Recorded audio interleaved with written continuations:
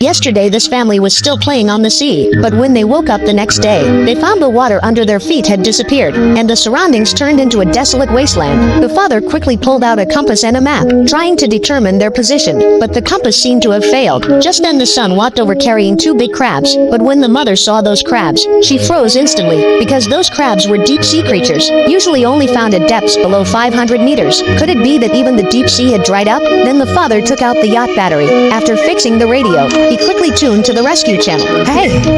Hi. Although he made contact, unfortunately it was not a rescue agency, but a man who called himself Glenn, a deep-sea explorer. He told Jeff he was also trapped on the ocean floor. After a brief conversation, Jeff finally realized he had not left the original sea area. The reason the seawater disappeared was because the Earth's poles suddenly reversed, which changed the direction of the tides, and the seawater was pulled somewhere else. Glenn told them, according to the speed of the tides, in 7 days, the seawater would return to the original place. So now they had to find higher ground to hide, but they were more than 500 kilometers from the nearest shore. It was impossible to walk there in 7 days, but Glenn's submarine was only 200 kilometers away, and Glenn was also injured. He needed Daisy the nurse to help him, so the whole family began preparing to head toward Glenn's position. While they were gathering supplies, a figure suddenly appeared. Jeff thought he was a survivor from a nearby boat, maybe there to ask for help, so he handed him a bottle of water. But after the man finished drinking, his face suddenly changed, and he attacked Jeff directly. Seeing her husband attacked, Daisy rushed over, but the man gave her no chance. He picked up a spear from the ground and killed Jeff on the spot. Daisy was stunned. She just tried to turn and run. The man threw the spear. Luckily, it only grazed Daisy's shoulder. She quickly ran back to the yacht, locked the door,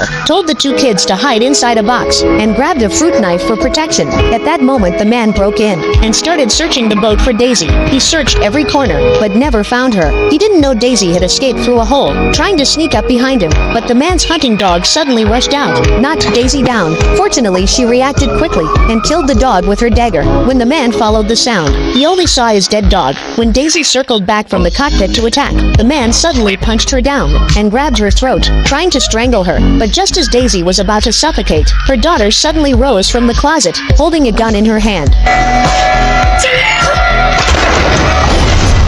Just like that, the man was knocked out by a flare gun. The sparks also set the yacht on fire. Seeing this, Daisy quickly took the kids and escaped the yacht. But when they got out, Jeff had already died, and Daisy found out the man had also escaped. The three had no choice but to run. They ran wildly through the wilderness for a long time, finally finding a crack to hide in. Daisy checked their supplies. Although it was enough for a few days, her son remained sad about his father's death. He refused to eat or drink. Daisy was also heartbroken, but she knew the most important thing now was figuring out how to keep the kids alive. So Daisy took the two kids and kept moving toward Glenn. They had to reach him before the tides returned, but Daisy didn't notice. The man was secretly following them, waiting for another chance to strike. After walking most of the day, it started getting dark. Luckily, they found a plane wreck, so Daisy decided to rest there for the night. But in the middle of the night, her daughter got up to use the bathroom. As soon as she squatted down, the lurking man appeared.